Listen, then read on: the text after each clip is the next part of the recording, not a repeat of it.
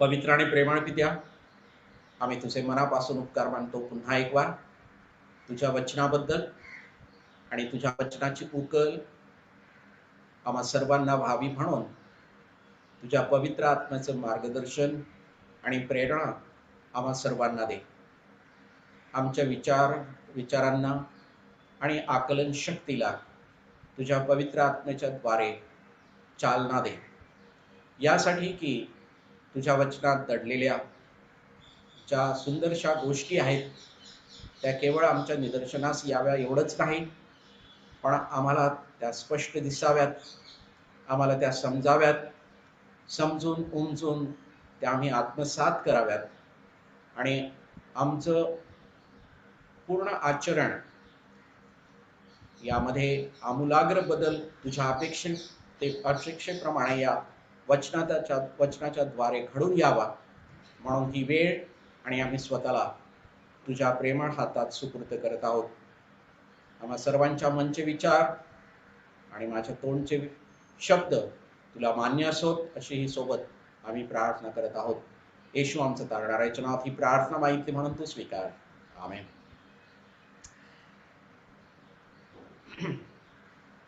एक जोडपं होतं, साधारण 40 वर्ष झाले होते त्यांना लग्नाचे, पण त्यांच्यामध्ये सारखे वादविवाद होत असत. आणि हा काय अनोखा प्रकार आपल्याला नाही, नवखा प्रकार नाही आहे. वादविवाद नवरा बायकोमध्ये सारखे होतच असतात, असं मला नाही वाटत एखादाही दिवस जातो की थोडं काहीतरी होत नाही म्हणून. पण ह्यांच्याची जी भांडणं होती जरा ती फार जास्तच शिकेला जात असत. आणि एके दिवशी ती बाई फारच वैतागली, त्या माणसाची बायको, आणि बस तिने आपली बॅग घेतली, तरा तरा तरा तरा ती गेली एका लॉयरकडे, एका वकिलाकडे. वकिलाला म्हणाले का तर बस, इनफ इज इनफ, आता मला डिवोर्स पाहिजे, मी काही या माणसाबरोबर राहू शकत नाही. आणि तो जरा समंजस माणूस होता, पैसे उकाळण्याचा काही त्याचा धंदा नव्हता, जरी लॉयर असला तरी थोडा निराळा होता, चांगला होता, देववीर होता.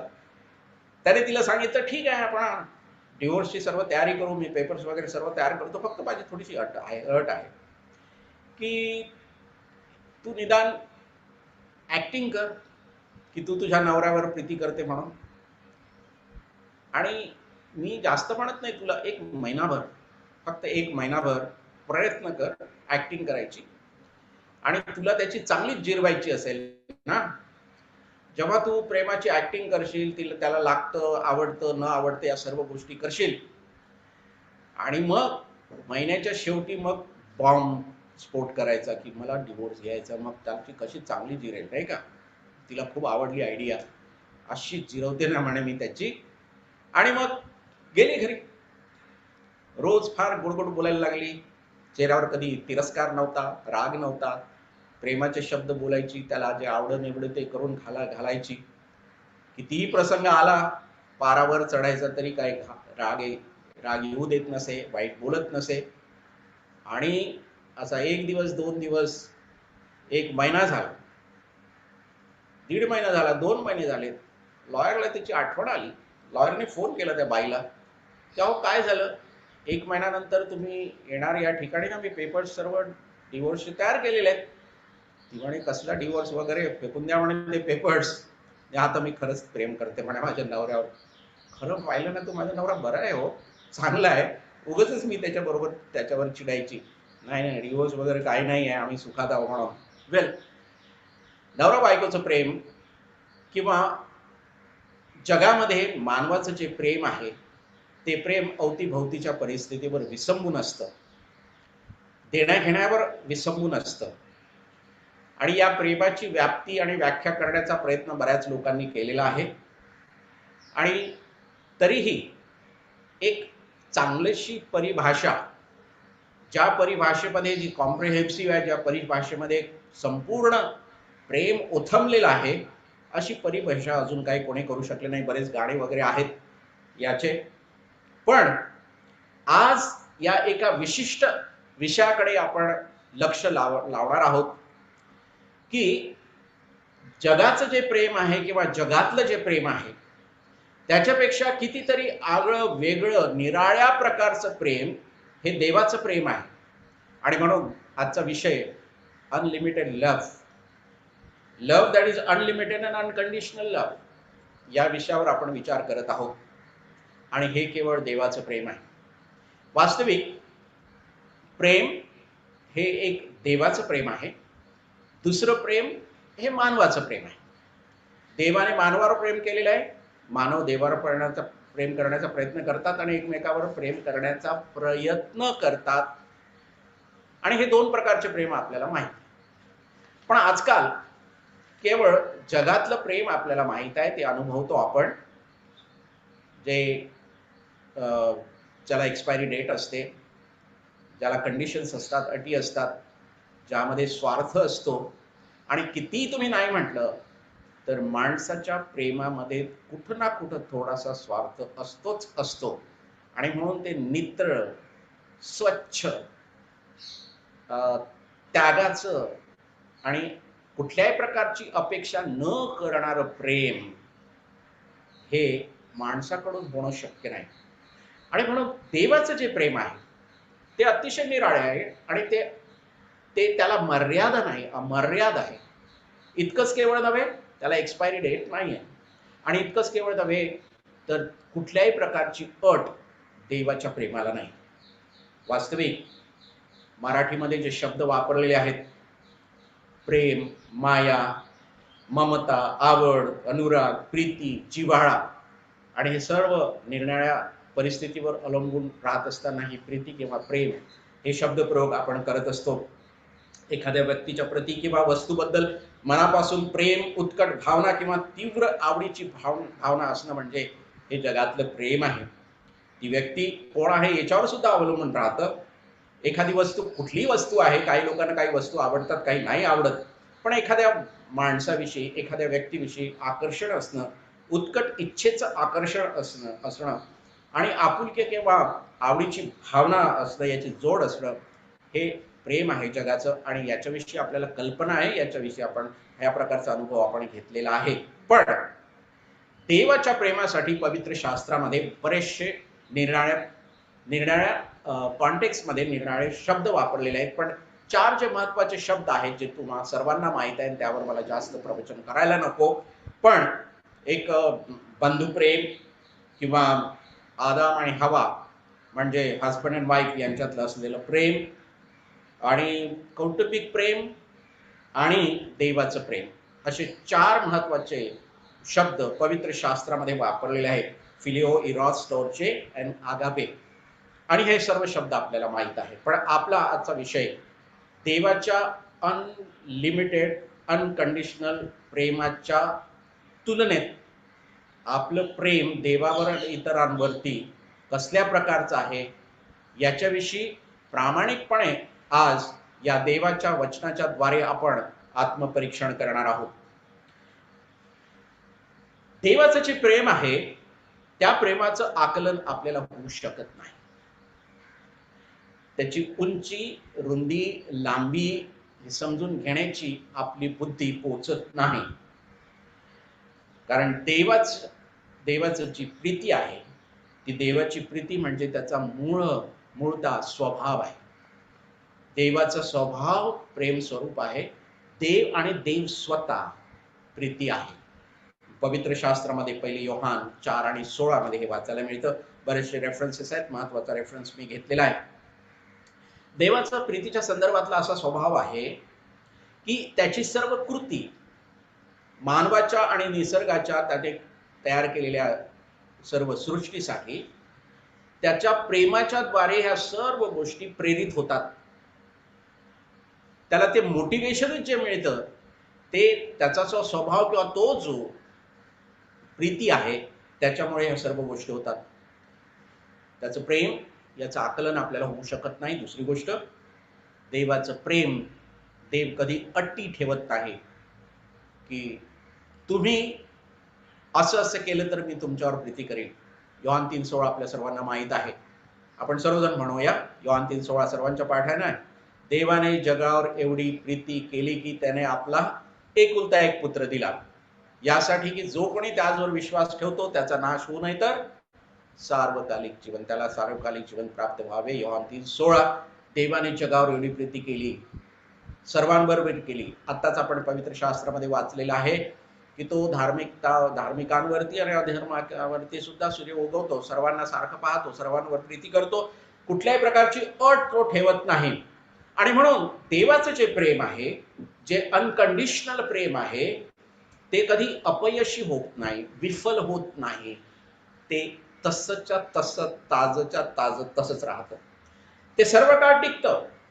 आणि स्तोत्र 106 आणि 1 मध्ये म्हटलेलं आहे की देवाचं प्रेम सर्व काळ टिकतं. देव त्याच्या प्रेमाची बेरीज वजाबाकी हिशोब ठेवत नाही, पण हे त्याचं प्रेम इतकं अंतःकरणपूर्वक, त्याचं जे अंतःकरण आहे प्रेमाने भरलेलं आहे. आणि म्हणून तो स्वतःच्या हितासाठी इतरांवर प्रेम करत नाही, तर त्यात तो स्वतः प्रीती असल्यामुळे तो सर्वांवर प्रीती करतो.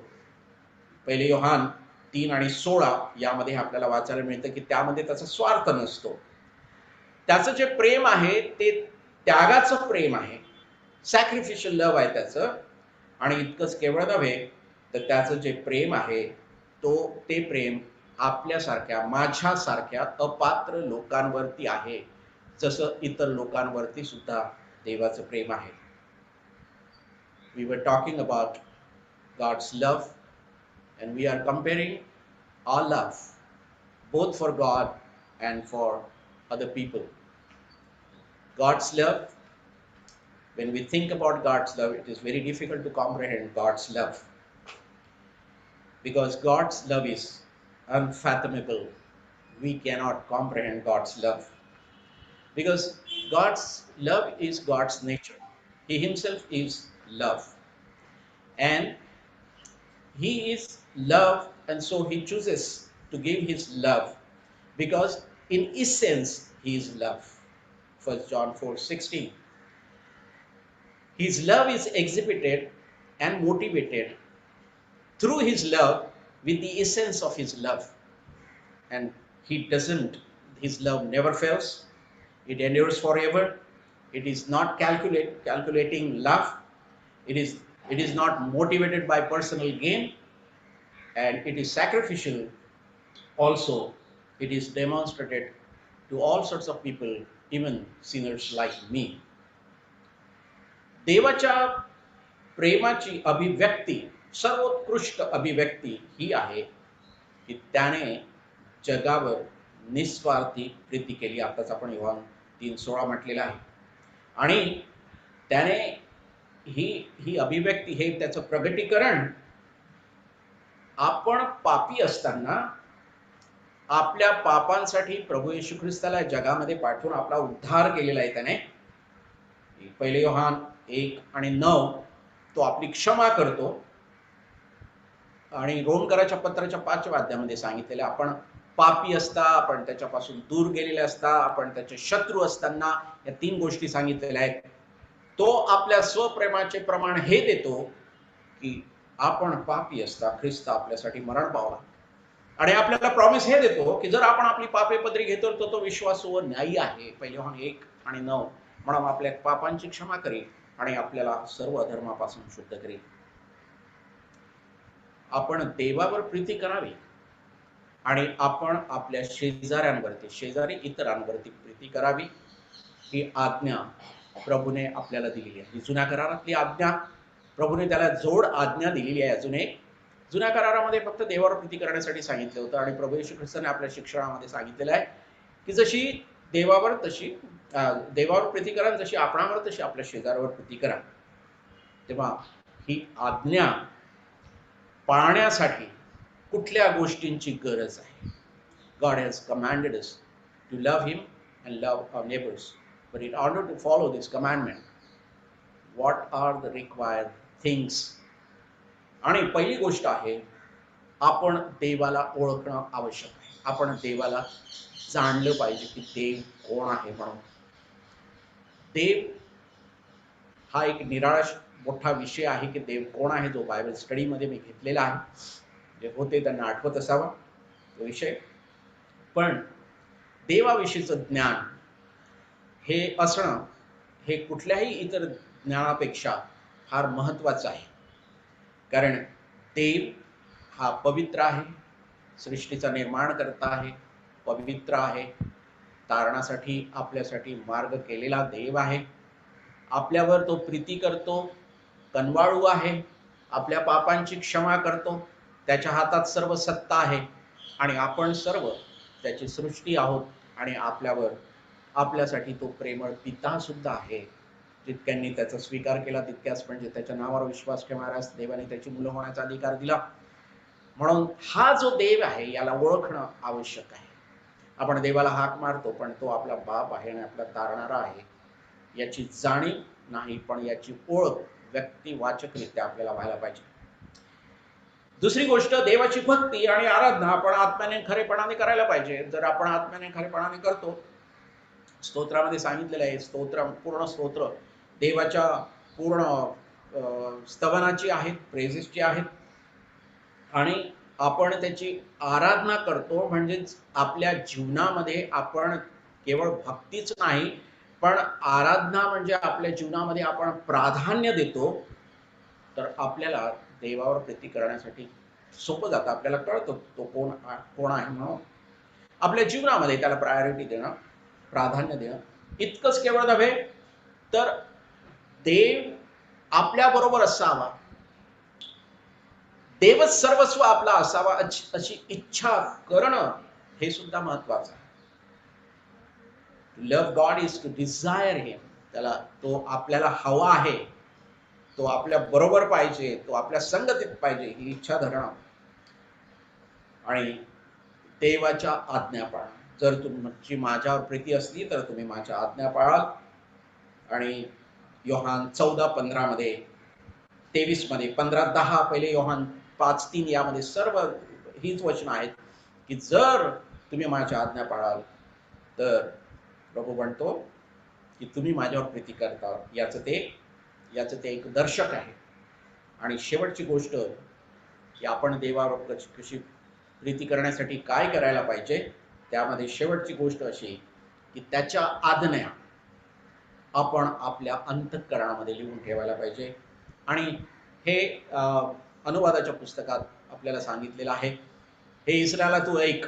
आणि असं म्हटलेलं आहे की ज्या देवाच्या आज्ञा आहेत त्या आपल्या घराच्या कपाळपट्ट्यांवरती लिही, आपल्या मुलांबरोबर निसता उठता त्याच्याबरोबर बोलत जा.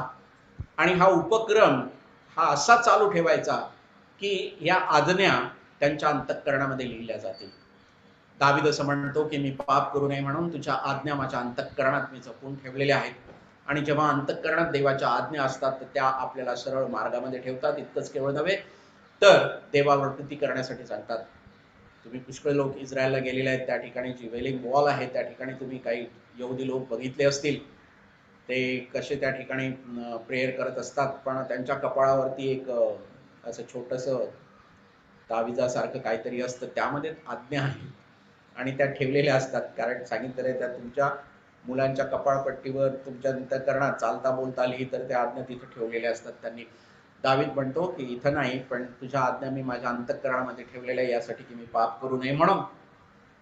तेव्हा देवावर प्रीती करण्यासाठी आपल्याला ज्या सर्व गोष्टी हव्या आहेत त्याला आपण जाणायला पाहिजे, त्याची भक्ती आपण करायला पाहिजे, त्याची प्राधान्य देऊन त्याची भक्ती आत्म्याने खरेपणाने करायला पाहिजे. त्याच्याविषयीची आसक्ती आपल्याला पाहिजे, त्याच्या आज्ञा आपण पाळायला पाहिजे, त्याच्या आज्ञा आपल्या अंतःकरणामध्ये लिहायला पाहिजे. या मुद्द्यावरून आपल्याला दुसरा मुद्दा बघायचा आहे, तो हा, जर आपण देवावर प्रीती करतो तर देवाने सांगितलेले आपल्या शेजाऱ्यावर सुद्धा प्रीती कर. आपल्या सर्वांना शेजारी असतात, त्या सर्व एक्सक्लुसिव्हली त्या शेजाऱ्यांविषयी मी बोलत नाही, आम्हाला पण खूप चांगले शेजारी आहेत सर्व अवतीभोवती. Praise the Lord for everyone, they are very helpful, very loving. पण we don't choose our neighbours. आणि आपण प्रभू येशू ख्रिस्ताने दाखला सांगितल्याप्रमाणे जे लोक गरजेत आहेत, जे आपल्या संपर्कात येतात, सर्व आपले नेबर्स आहेत, whether they are in the bus और in our travel, at workplace or at our residence. तेव्हा आपण आपल्या शेजाऱ्यावर प्रीती करायला हवी असं प्रभूचं वचन म्हणतं. रोम 13 आणि 8 मध्ये आपण आत्ताच वाचलेलं आहे की हे आपलं कर्तव्य आहे. आपण आपल्या शेजाऱ्यांवरती प्रीती करावी हे आपलं कर्तव्य आहे. देवाच्या प्रीतीची आपण काही काही महत्वाचे मुद्दे बघितलेले आहेत आणि ती प्रीती आगापे आहे आणि आगापेद्वारे देवाच्या प्रीतीच्या द्वारे आपण प्रीती करावी असं म्हटलेलं आहे. मानवी जी प्रीती आहे तर ती आपण करत असतो, जरी अटीवर अवलंबून आहे, परिस्थितीवर आणि व्यक्तीवर अवलंबून आहे तरी आपण करतच असतो, जरी त्याला एक्सपायरी डेट असते तरी करतच असतो. पण प्रभूचं वचन आपल्याला सांगते हे आपलं कर्तव्य आहे. आणि प्रभूचं वचन त्याच मध्ये असं म्हटलेलं आहे की प्रीतीशिवाय कोणाचं कर्ज बाजारी तुम्ही असू नका. प्रीतीशिवाय कोणाचं कर्ज बाजारी तुम्ही असू नका. तुम्हाला माहिती की आपल्यावर फार मोठं कर्ज आहे म्हणून पुष्कळदा इतर लोकांनी आपल्यासाठी जर काही कटसी एक्सटेंड केलेली असेल तर आपण ती फेडण्याच्या प्रयत्नात असतो. पण मला सांगू द्या की ज्या परिस्थितीमध्ये कोणीही आपल्याला मदत केलेली असते, त्यांची परिस्थिती आणि आपली परिस्थिती या अशा दोन्ही परिस्थितीमध्ये जी मदत मला केलेली असते, तुम्हाला केलेली असते, याची परतफेड आपण करू शकत नाही, कारण ती परिस्थिती त्यांची आणि आपली कधीही परत येत नाही. आणि म्हणून कटसी, प्रीती, मदत याची परतफेड करण्याच्या भानगडीत आपण पडू नये. पण ती परतफेड मात्र आपण आपली प्रीती, अनकंडिशनल प्रीती आपल्या आपल्या आचरणामध्ये ठेवून मात्र आपण त्यांच्याबरोबर चांगलं राहू शकतो. आणि पवित्र शास्त्रामध्ये म्हणजेच सुवर्तमानामध्ये योहान 13, 34, 35, 15, 12 मध्ये सांगितलेलं आहे की जर आपण इतरांवर प्रीती करतो तर आपण देवाचं जे शुभवर्तमान आहे, देवाने शुभवर्तमानात जी गोष्ट आपल्याला सांगितलेली आहे आणि म्हटलेलं आहे, जर तुम्ही इतरांवर प्रीती करता ती माझ्यावर प्रीती केल्यासारखी. जर तुम्ही माझी प्रीती करता, माझ्यावर प्रीती करता, तर इतरांवर प्रीती करा. आणि त्याने एवढंच सांगितलं नाही की एकमेकांवर प्रीती करा, पण त्याने असं म्हटलेलं आहे, जशी मी तुमच्यावर प्रीती केली तशी तुम्ही इतरांवर. Praise the Lord. वेल, आपण शेवटच्या मुद्द्याकडे आलेलो आहोत की आपण इतरांवर कशी प्रीती करायची म्हणून.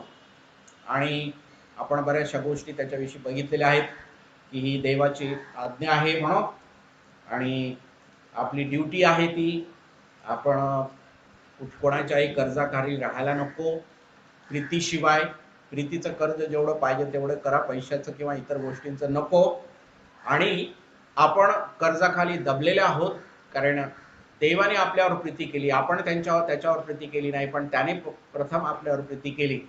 आणि त्याच्या प्रीतीचं प्रमाण आपण पापी असताना, त्याच्यापासून दूर गेलेले असताना, त्याचे एनिमी असताना त्याने आपल्यावर प्रीती केली. हे एवढं फार मोठं कर्ज आपल्यावर आहे, ते चुकवण्याचा एकच उपाय आहे की आपण त्याच्यावर प्रीती करावी आणि आपण आपल्या शेजाऱ्यांवरती सुद्धा प्रीती करावी.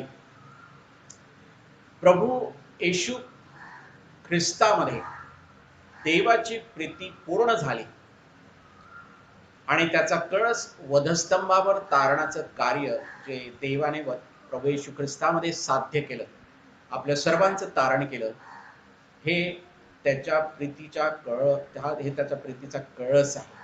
आणि आज सुद्धा जी कोणी व्यक्ती त्या वधस्तंभाकडे बघते आणि वधस्तंभावर असलेल्या चोराने प्रार्थना केल्याप्रमाणे प्रार्थना करते की हे प्रभू मज पाप्यावर दया कर, तर आजही त्याची प्रीती आपल्यासाठी कार्यरत आहे. वधस्तंभावर एकदा जरी तो मरण पावला तरी त्याच्या पाप क्षमेचं कार्य आज सुद्धा तसंच आहे, चालू आहे. आणि याचं दर्शन प्रेषित पावलाने 13व्या अध्यायामध्ये रोमकराच्या पत्राच्या पहिल्या पत्राच्या 13व्या अध्यायामध्ये लिहिलेलं आहे. आणि ही देवाची प्रीती आहे आणि आपली प्रीती इतरांवरती, आपल्या शेजाऱ्यांवरती अशी असावी अशी देवाची इच्छा आहे. तेव्हा रोमकराचं पत्र, याचं पहिलं पत्र, याचं 13वा अध्याय 4 ते 8 ही या वचनामध्ये प्रीती देवाची कशी आहे आणि प्रीतीचा सद्गुण जे आहे ते जे देवाचे आहे, जो देवाचा स्वभाव आहे, जो देव प्रीती आहे, त्याच्याविषयी असं म्हटलेलं आहे की प्रीती सहनशील आहे, परोपकारी आहे, प्रीती हेवा करत नाही, प्रीती बढाई मारत नाही, प्रीती फुगत नाही, प्रीती गैरशिस्त वागत नाही, स्वार्थ पाहत नाही, चिडत नाही, अपकार स्मरत नाही, ती अनितीत आनंद मानत नाही तर सत्याविसंबंधी आनंद मानते. ती सर्व काही सहन करते आणि सर्व काही खरे मानण्यास सिद्ध असते. सर्वांची आशा धरते आणि सर्वांसंबंधाने धीर देते आणि प्रीती कधी अंतर देत नाही. जर पवित्र शास्त्र तुमच्याकडे उघडे असतील तर, जवळपास असतील तर, प्रीतीच्या ऐवजी जर तुम्ही तुमचं नाव त्या ठिकाणी घेतलं तर एक दिव्य दर्शन तुम्हाला होईल. आणि ते वाचत असताना आत्मपरीक्षण सुद्धा होईल. आपण गाळल्या जाऊ, चाळल्या जाऊ. तेव्हा जर पवित्र शास्त्र तुमच्याकडे असतील तर थोडीशी नजर टाका आणि आपलं नाव त्या ठिकाणी टाका. जसं माझं नाव उल्हास सहनशील आहे. I need to be very honest. Ulhas सहनशील आहे. उल्हास परोपकारी आहे. उल्हास परोपकारी आहे. उल्हास हेवा करीत नाही. उल्हास बडाई मारत नाही. उल्हास फुगत नाही. मला कधीच गालफुगी होत नाही. उल्हास फुगत नाही. उल्हास गैरशिस्त वागत नाही. उल्हास स्वार्थ पाहत नाही. उल्हास चिडत नाही. उल्हास अपकार स्मरत नाही. उल्हास अनितीत आनंद मानत नाही. उल्हास सत्यासंबंधी आनंद मानतो. उल्हास सर्व काही सहन करतो. उल्हास सर्व काही खरे मानण्यास सिद्ध असतो. उल्हास सर्वांची आशा धरतो. उल्हास सर्वांसंबंधाने धीर धरतो आणि उल्हासची प्रीती कधी अंतर देत नाही. हे वाचत असताना माझ्या छातीत धडधड व्हायला लागली. हार्टबीट्स वाढली, कारण फार कठीण आहे. पण हे देवाचं प्रेम आहे. ही देवाची प्रीती आहे. आणि देवाची प्रीती आहे त्याचं असं म्हणणं आहे की ही जी मी तुमच्यावर प्रीती केली ती तुम्ही इतरांवरती प्रीती करा. It's very difficult. You know why it is difficult? Why it is difficult? Because आपण आदाम हवेच्या मूळ पापामुळे फॉलन रेस आहोत. आपण जरी उद्धरलेले असू तरी चांगलं करण्याची प्रवृत्तीची शक्ती आपल्यातली आपल्या आदाम हवेने केलेल्या पातकामुळे खूप कमकुवत झाली. आपण वाईट परिस्थितीत चांगलं राहू शकत नाही. आपण वाईटाबद्दल चांगलं करू शकत नाही. आपण चांगल्याबरोबर सुद्धा चांगलं नेहमी राहू शकत नाही. आपण आपल्यावर जे प्रीती करतात त्यांच्यावर कायम प्रीती करू शकत नाही. ही वस्तुस्थिती आहे. ही आपली प्रीती आहे. हा आपला स्वभाव आहे. आणि हा पतन पावलेल्या लोकांचा स्वभाव आहे. जरी ते तारलेले असतील तरी, जरी ते ख्रिस्ती असतील तरी, जरी प्रभू त्यांचा तारणारा असेल तरी, देव जरी त्यांचा बाप असेल तरी, आपला अशक्तपणा आपल्या निदर्शनाने हे वाचत असताना मला तर घामही आला आणि मला धडधड व्हायला. I do not know what was happening to you while you put your name instead of Preeti. What happened to you? I was afraid. I was scared. Damn scared. Well, आपण जर इतरांकडे बघितलं आणि आपल्याला वाटतं की काय त्यांच्यावर प्रीती करावी, आणि आपल्या स्मरणात असे बरेच लोक आहेत की त्यांच्यावर काय प्रीती करावी, ते प्रीतीच्या काय लायकीचे आहेत, कशी त्यांच्यावर प्रीती करायची, ते हे करतात, ते करतात, ते करतात, ते करतात, असं नाही करत, तसं नाही करत. आणि कितीतरी लोक आहे आपल्याला निष्कारण त्रास देतात. निष्कारण त्रास देतात. कितीतरी लोक आहे आपल्यावर अन्याय करतात. कितीतरी लोक आहे आपला राग करतात. कितीतरी लोक आहे ते वाटोळ करण्याच्याच प्रयत्नात असतात. कितीतरी विघ्न संतोषी लोक आहेत जे आपल्याला सातत्याने आपलं जीवन कसं भयंकर कष्टाचं होईल याच्या प्रयत्नात असतात. अशा लोकांवर आपण प्रीती करायची? How is it possible? Well, माझ्याकडे दुसरं कोणतंच उदाहरण नाही, पण माझ्याकडं एका माणसाचं उदाहरण आहे. प्रभू येशू ख्रिस्ताच्या शिष्यांना सोडून अजून एका माणसाचं उदाहरण आहे, आणि तो म्हणजे स्टेफन. त्याला धोंडमार होत असताना त्याने स्वर्गाकडे दृष्टी लावली आणि त्याने प्रार्थना केली.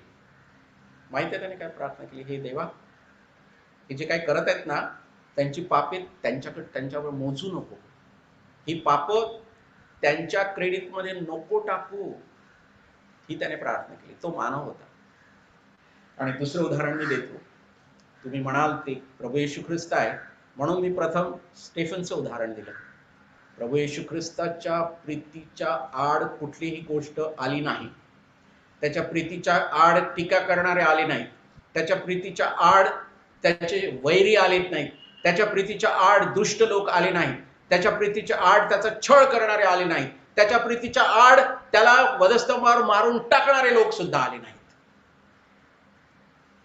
पण जेव्हा तो वधस्तंभावर होता त्याही परिस्थितीमध्ये त्याच्या प्रीतीचं कार्य चालू होतं.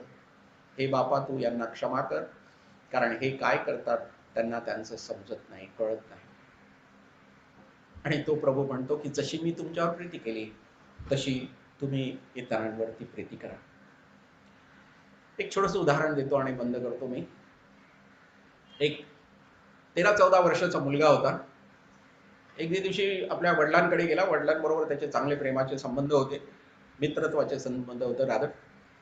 आणि तो वडिलांना म्हणाला की मला वाटतं माझं लग्न व्हायला पाहिजे आता. बापाला खूप नवल वाटलं की अरे तू 13-14 वर्षाचा मुलगा आहेस, तुझं लग्न कसं करायचं. बापाने विचारलं काय तू प्रेमात गिमात पडले गेले. तर तू म्हणे हो.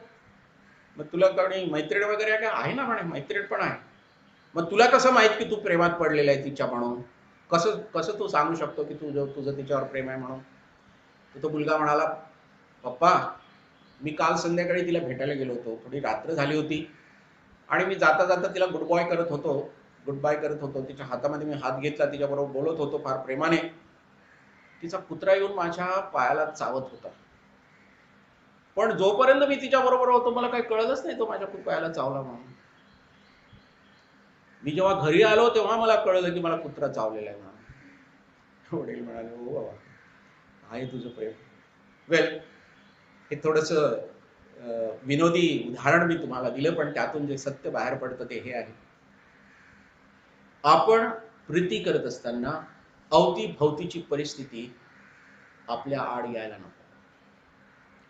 आपल्या प्रीतीचा व्यासंग आणि व्याप्ती, आपल्या प्रीतीची खोली, रुंदी, लांबी, उंची अशी पाहिजे की कुठल्याही भौतिक परिस्थितीचा, लोकांचा, अडचणीचा, द्वेष्ट्यांचा, शत्रूंचा आपल्या या प्रीतीच्या आड कुठल्याही प्रकारे इंटरफिरन्स होणार नाही.